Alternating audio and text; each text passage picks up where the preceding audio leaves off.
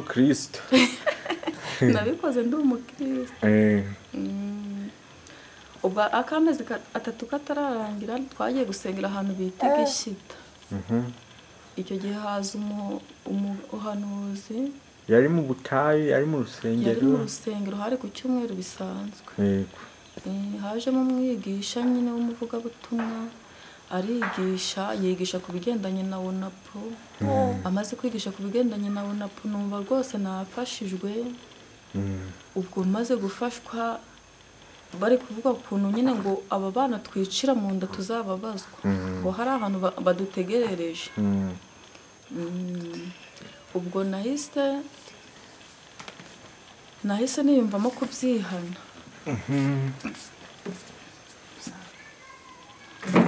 Umutima wanciriye urubanza cyane aho nari nicaye. Ku buryo nari nicaye ndangije shyira ikiganza hejuru nka gutyo uwo mwigisha ari kwigisha. Ndavuga nti Mana, mbivugira mu mutima, ndavuga nti Mana, uru rubanza nurunkuraho nzarinda nipfira ntagiye muri wonapo.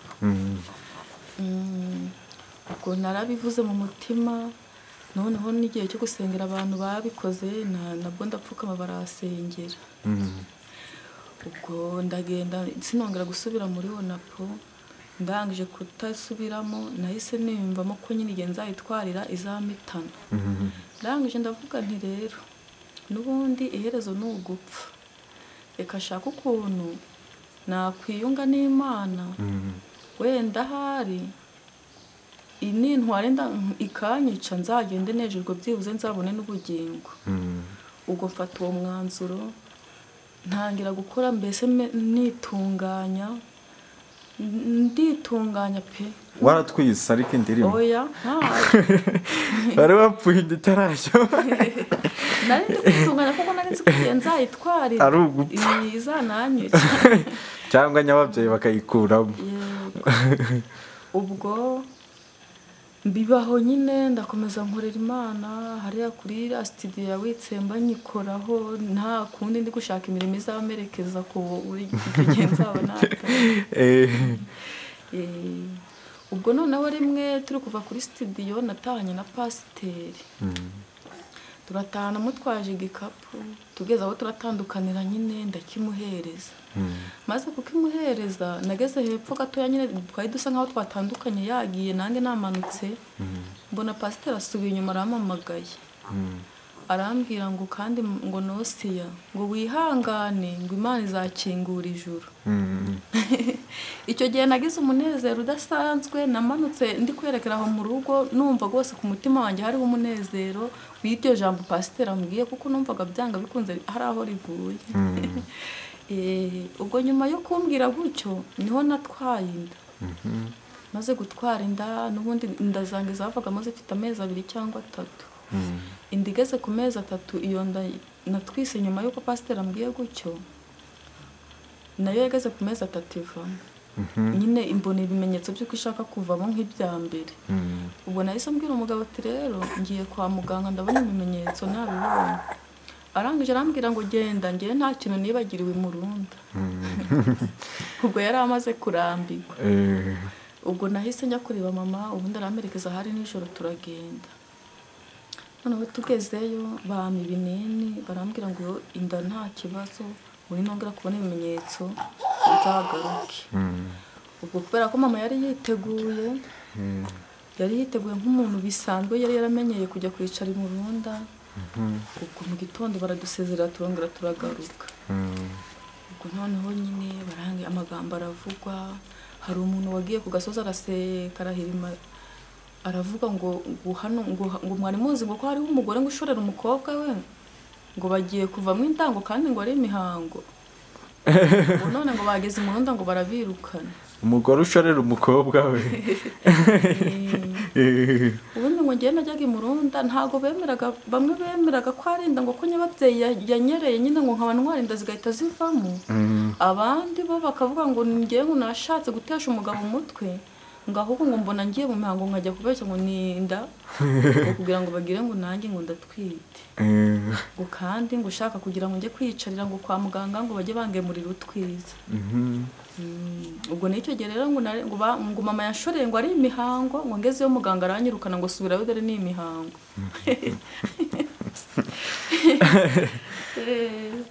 Ubwo naragiye ndicara cyakora icyumweru cyarashize ndi kunywa iyo miti bari bamaye. Nyuma y'icyo cyumweru n'ubundi mbona birongeye biragarutse subirayo.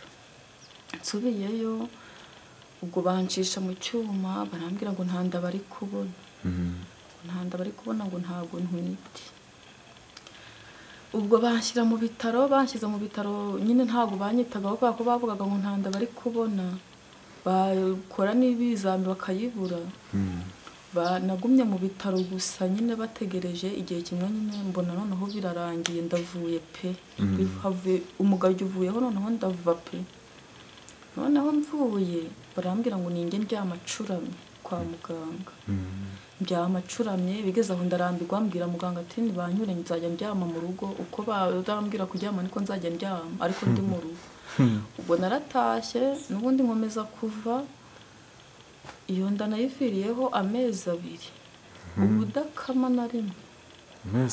Amezi 2 arashira najyaga kwa muganga byageraho bikanga nkagaruka bikabera mu rugo. Ariko ntabwo yabaga ari buri munsi ubudakama nk'uko amazi adakama.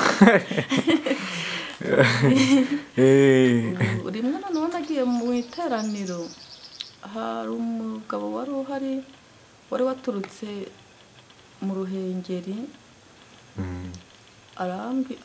nyine arigisha arangije aravuga ngo hano mu iteraniro ngo harimo umuntu ngo uri kuva ngo ariko ngo Imana ngo ishaka ngo uko yiyunga nayo ngo ubundi ngo ikamugirira neza. Ubwo mu mutima nahise ntekereza ati nta kuntu atari njyewe.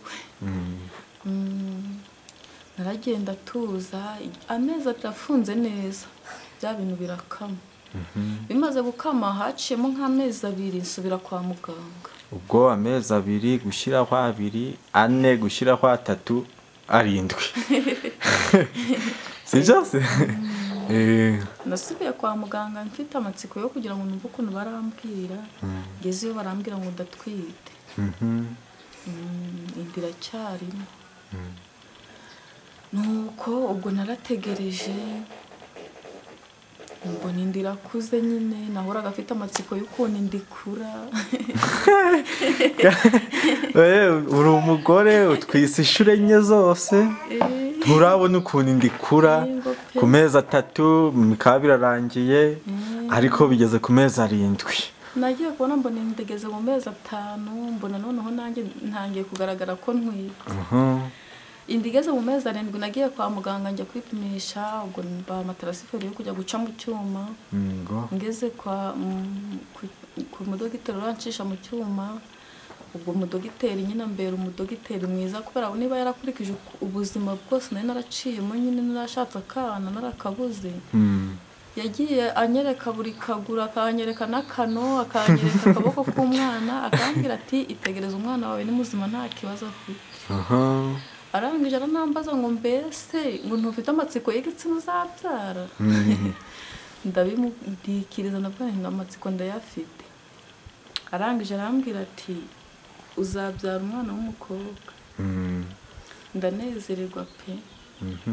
Natashye nezerewe cyane kandi rwose shimye Imana kuko kuva iyo nda yagaragara nabanye neza n'umutware wanjye. Nawe yaranezerewe. Mubwiye ko dogiteri yanyeretse akana arambwira ngo dusubireyo nawe bajye kukamwe. Ziko iyo nkuru ni ya Manowa na Mukamanowa. Umugabo abyira umugore ati rero marayika wakugendereye umubwira azagaruka. Nuko mwasubiyeyo se? Oya. Ubwo nyine byari urwenya twarisiki birarangira. Ariko nyine twagize umunezero igihe cyarageze nyine ndabyara mbona mzaye umwana muzima. Mbona mzaye n'uwa kabiri nawe abaye umwana muzima mbona ngejeje ku bana 4 icyo kibazo cyo kuvamo inda gisa nk'igihagaze. kiva nk'igihagaze. Ubu niwe uhagarariye uyu munsi, umubyeyi w'abana 4 n'umugabo umwe, akaba umukristo mu itorero rya ADEPR Gasovu muri korali Witsemba Nosiyata. Kumva nange ntabise ngufatira kose. Ubu rero byanze bikunze, Rwanda yaravuze ngo inkuru y'imbarirano iratuba, ariko wowe wabyiciriyemo inda zikava amarenye, ariko uyu munsi ukaba ufite abana 4, wagira icyo ubwira abandi babyeyi bashobora kuba bafite ikibazo nk'icyo, cyangwa bakaba bo barashatse bagahita babyara. Ndumva hari, ariko wamanza ukabwira ababyeyi bafite ikibazo cyo kutabyara, noneho wamara kubabwira ukagira icyo babwira mbese uko bakwitwara, hanyuma nurangiza ndongera nkubwira abandi bantu urabwira. Yego. Kira nabwira abantu bagize ikibazo nk'icyo nari naragize, ni uko bakwihangana bagategereza Imana. Imana ishobora byose. Mu gihe umuntu adatekereza, Imana iramanuka igakora. Yego. Nanjye nari narihebye rwose, mbona ko nta kundi nzarinda nipfira nta mwana, ariko Imana iramanuka igira icyo ikora. Kandi muri ibyo byose hari abantu bagiye banzanira imiti y'ibyatsi kugira ngo ahari ngo iyo miti y'ibyatsi ngo nabyara. Iyo miti y'ibyatsi ntabwo nayinyweye. Nakomeje kwizera Imana, kuko najyaga ku mukozi w'Imana akansengera akanambwira ati ukomeze wizere Imana kandi ntuzagire ibintu bindi winjiramo. Hari n'ahandi nagiye gusengera, barambwira ngo babonye ngo nshaka kujya mu bapfumu, ngo ariko ngo nindamuka ngiyeyo ngo nzaba nka wa mugore wagiye mu bapfumu ngo akabyara umwana w'inzoka. ngo ugende uturize hamwe, Imana izagira icyo igukorera. Numviye inama ndatuza, ubundi nkomeza guhanga amaso Imana, numva ko naho napfa nyine ariko izaba yabishatse. Nuko ubwo gihe nari ndi kubona ko ntegereje gupfa, Imana iraza igira icyo ikora, ima umwana, ima abana 4, kandi ibishatse yama n'undi. Akeneye n'undi. Ibishatse yamuma n'ubushake. Yego. Kuko ubwo wararahiye uti nzarinda apfa nongeye gusubira hehe muri Onapo. None ibishatse yaguha n'undi. Kare kaciye ako kabazo rero kavuga ngo nubwo byari bimeze bityo muri izo ntambara, ese wowe ntiwumvaga wararozwe, ntiwumvaga se bajya bavuga ngo bamwe ngo babaroze ngo nibiterezanyo, nkuko bamwe bakubwiraga bati ni ingaruka z'ibyaha yakoraga ari umukobwa, kandi n'uyu munsi izo ngaruka zijya zibaho ku bantu bakoze ibyaha bakiri abakobwa, barifungishije ibyara, barikinishije, hari igihe bashaka ibyo bikababaho. Ubwo rero akaba nta n'ingingo wari ufite yagufasha gutsimbuka ibyo bagushinzaga, ariko umutima wawe wonyine niwo wari uzi ko ubeshyegwa. Ntibagiwe kubaza mbese wenda ubwo ndahita ngafatira aho ngaho, bakubwiye bati rero turi kubona ushaka kujya mu bapfumu, none garukira wowe mu buzima bwawe, ibyo byose bikubayeho n'umugabo wawe na nyoko bukwe na mama wawe, ntago bigeze bakugira inama bati wasanga barakuroze tujye mu bapfumu nk'uko Imana yabihishuye icyo gihe?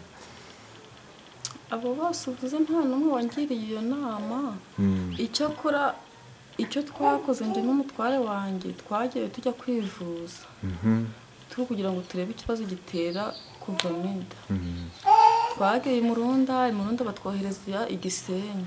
Tugeze i Gisenyi, ubwo naho nta kindi batumare, nyine basangaga nta kibazo bari kutubonaho. Ubwo tubonye ko nta kibazo cyacu bwite twaha abaganga ngo batuvure, turituriza. Icyakora abantu bo nyine bo hanze bo bambwiraga ko ari ukundoga. bakanambira ko n'abandoze bakabambwira bakubwira agaseberetswe bakubwiraga bagize gute kubera ko nashakiye muri uwo muryango bakanyanga bambwiraga ko aribo babikoze nyine kugira ngo bazabone urwitwazo rwo kunkura muri uwo muryango nicyo ngicyo ariko waje kubwira ababyeyi nako ubu ni abagore kuko ntabwo ari ababyeyi umubyeyi ni umuntu wabyaye uhetse utambuka ati mama uti papa naho umugore ni umuntu ufite umugabo umuntu ashobora kuba umubyeyi nta mugabo afite yarahuye n'umuntu akayimudomeka akigendera umuntu ashobora kuba umugabo cyangwa umugore atari umubyeyi ariko nawe uti ndabwira abagore bashatse inda zikajya zivamo cyangwa bagatinda no gusama uti nimwihangane Imana izaca inzira mu gihe cyayo cyashyizweho siko bababwiye se mu gihe gikwiriye Imana izaca inzira kandi naho yabyemera akaba ari ko dosiye yawe yanditswe ko uzapfa utabonye umwana icyangombwa ni ukwiyegereza Imana icyo gihe ngewe nari narabwiye Imana ngo wenda nzabura umunezero wo mu isi ariko wo mu ijuru nzawubone ubwo rero ntabwo wenda muri abo bafite ikibazo cyo kuba barabuze urubyaro bajye bihangana bategereza Imana Imana nibishaka ikabona ko bakwiriye abana izababaha kandi ibonye batabukwiriye bazagira iherezo ryiza bazabona umunezero wo mu ijuru nange rero udatangiye mbabwira ati nitwa Ntegereje Imana ubwo rero ndasaba abantu bose badukurikirana bemere kwitiranwa nanjye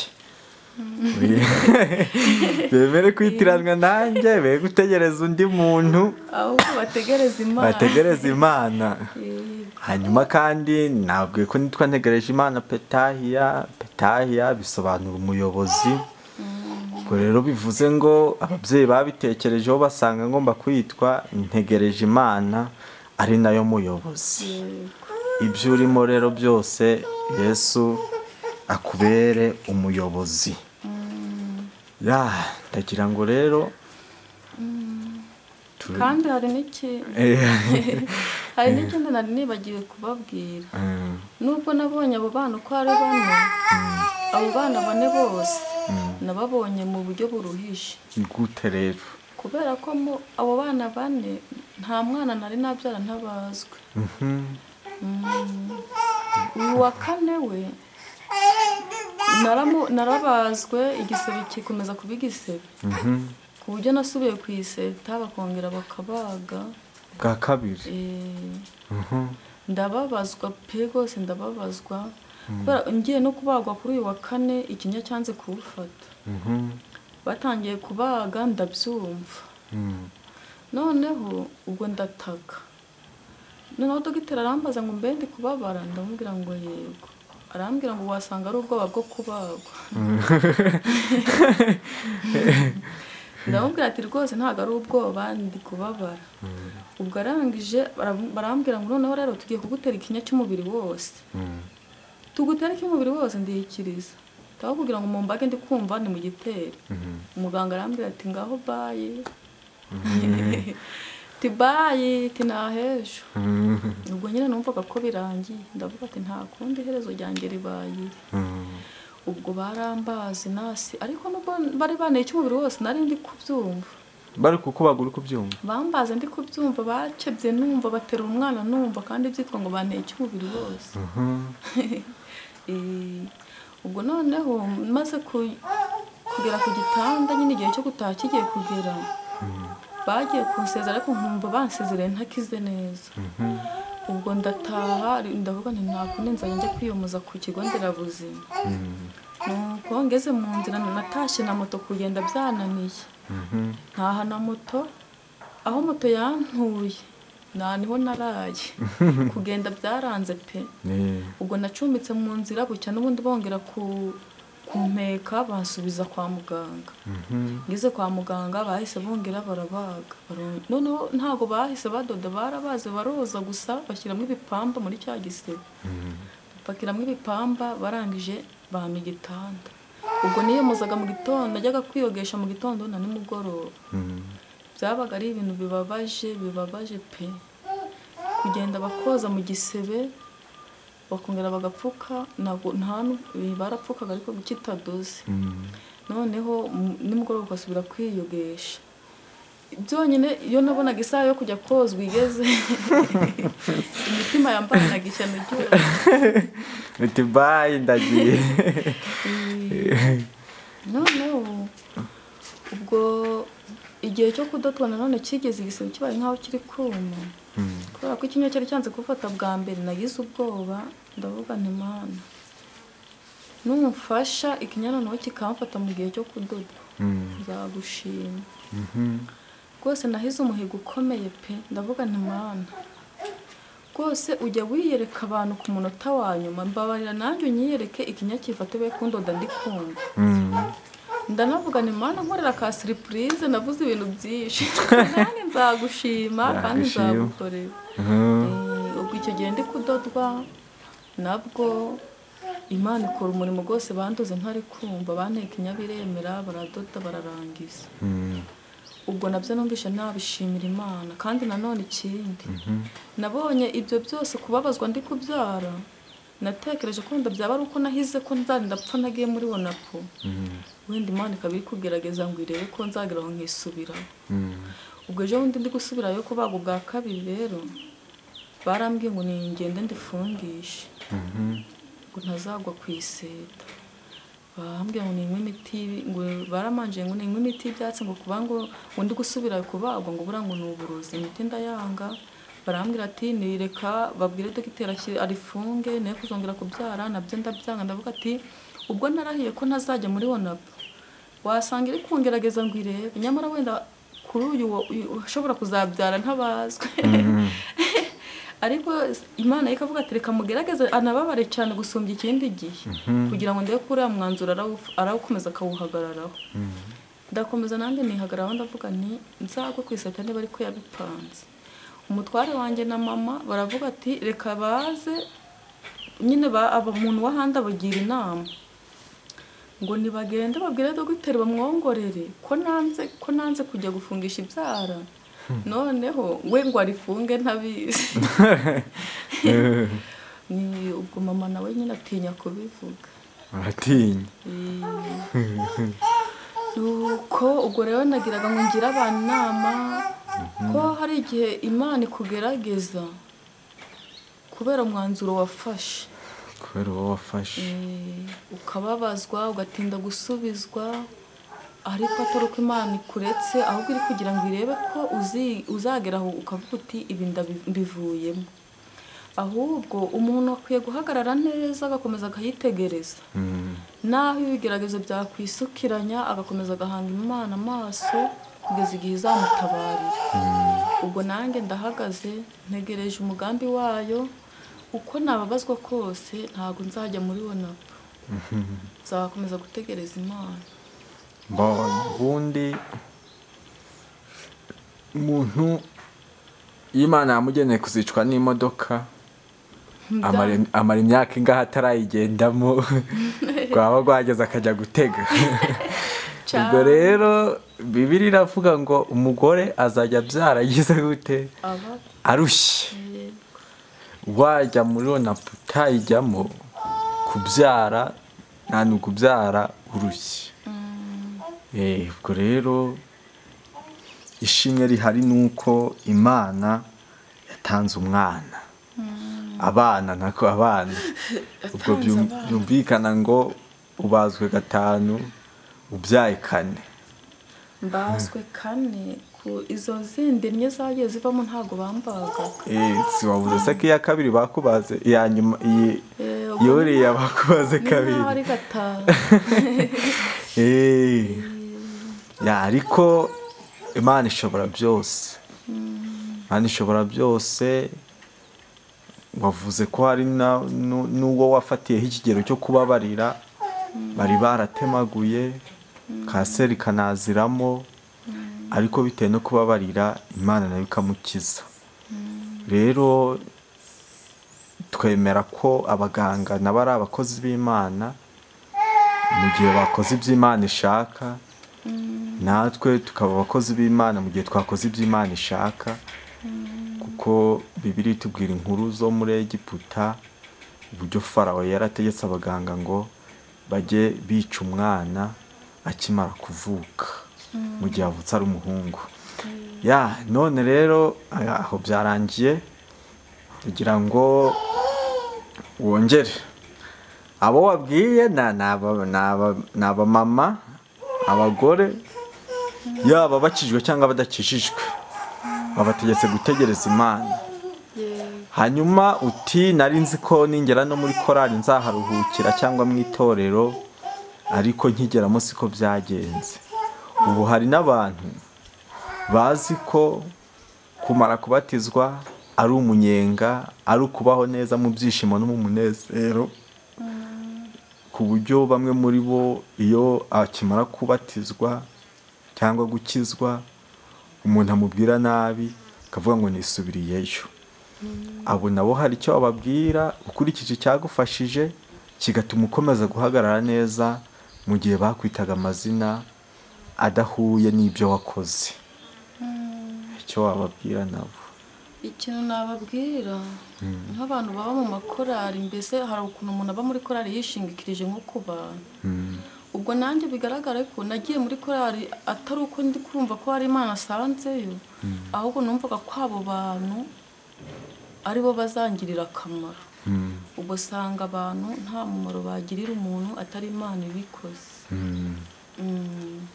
Ubwo rero nkaba nagira inama nk'abantu baba mu makorari bishingikirije ku bandi, hari ukuntu umuntu rwose ashobora gukubera ikigeragezo ukaba wagwa pe.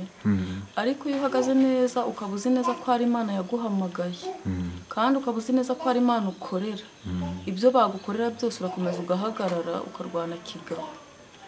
Ubwo nk'abo rero bahita basubira inyuma bakavuga bati ntabwo twaririmbana n'abantu bameze gutya, cyangwa se sinasengana n'abantu bameze gutya na gutya.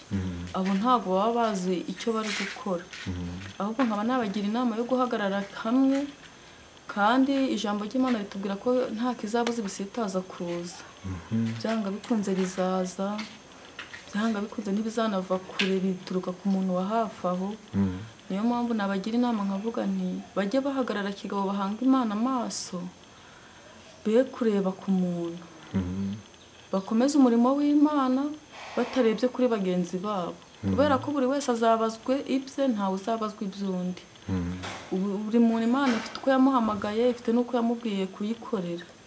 None rero nabagira inama yo kugenda umuntu wese agakorera Imana ku giti cye atarebye kuri mugenzi we. Iyo niyo nama wabagira. Gusa abantu bamwe ubundi ntibabimenya, ntabwo bazi ko aho Yesu ari na Yuda niho abari. Nimba muri korali harimo Yesu, ubwo na Yuda nawe ari aho. Nimba mu rugo iwawe harimo Yesu, Yuda ari aho. Kuko iteka ryose ni ukugira ngo ahige Yesu amugambanire. Reka rero tubasabe nabo aho bari bafite ibibazo, bababajwe, bavugwa, babeshyerwa, n'ubundi kukubeshyera n'iryo kamba ryawe. Hari ijambo rikunda kufasha rivuga ngo niba batuka bakababeshyera ibibi byinshi, babampora, muzishime munezerwe kuko ingorane zanyu ari nyinshi mu ijuru. Ubwo umunezero w'abakristo ni ukubabazwa no kurenganwa. Reka rero tusoze kino kiganiro cyacu, ariko wavuze ko uri umuririmbyi wo muri korali Witsemba, nta kuntu utanyuzaho wenda n'igice cy'indirimbo cy'indirimbo zo muri korali Witsemba. Reka tuguha akanya rero, urasoza ucishaho icyo gice cy'indirimbo, nurangiza uniwe uranasenga Imana kugira ngo Imana iherekeze ubu buhamya, kandi umuntu wese uzabwumva buzamubera inkomezi muri uru rugendo.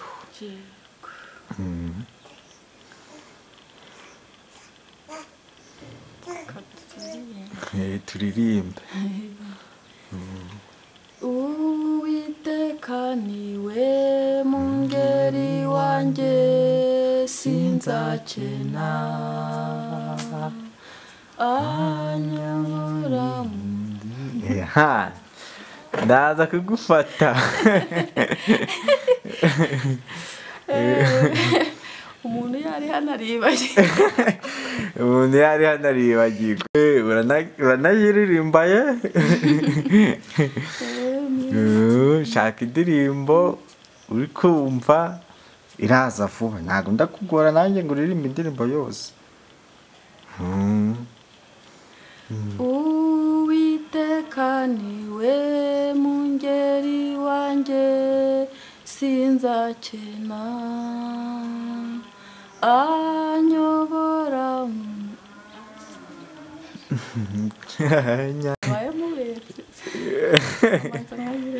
anjyamisha mu cyanya cy'ubwatsi bubisi, kandi anjyana iruhande rw'amazi menshi adasuma,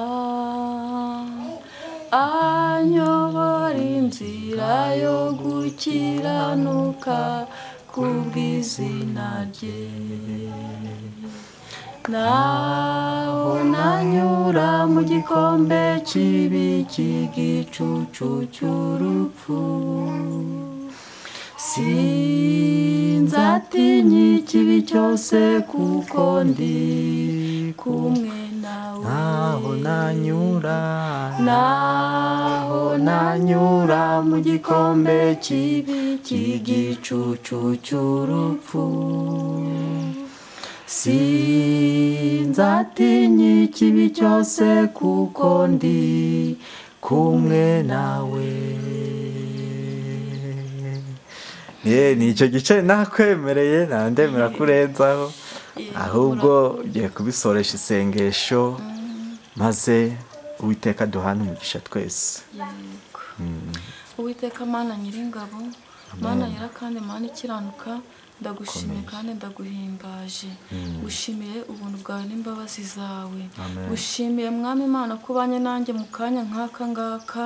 Ni ukuri urakoze, izina ryawe ntirihabwe icyubahiro. Ndakwinginze Uwiteka Mwami Imana Nyiringabo, kugira ngo Mwami Imana ubu buhamya ntanze bugire benshi bufasha.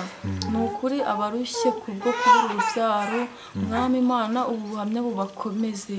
Kandi Mwami abishingikirije ku bantu hari uko babizeye bazabagirira, Mwami ubereke ko nta handi babonera amahoro hatari kuri wowe.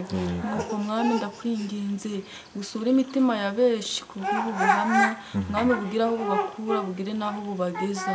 Kuko nanjye hari ubuhamya bw'abandi bwamfashije, aba ariko nanjye ubwanjye bufasha abandi. Nuko bana natwe Mwami, kandi umugaragu wawe turi kumwe hano nawe Mwami wamukoresheje, wakoze, izina ryawe ntirihabwe icyubahiro. Nuko hamwe no kugushima rero, komeza kubana natwe, komeze kutugirira neza, kandi ukomeze kutwungura ubwenge mu minsi nk'iyi. Mwami udushoboze gukomeza kuguhanga amaso, tugutegereze mu biturushya no mu bituremerera, twe kugira ibindi twishingikirizaho, ahubwo Mwami dukomeze kukwerekezaho imitima. Nuko turashoje Mwami, ukomeze kubana natwe, ubuntu n'imbabazi zawe bikomeze kutwomaho, tubyingingiye mu izina rya Yesu urakoze. Amen.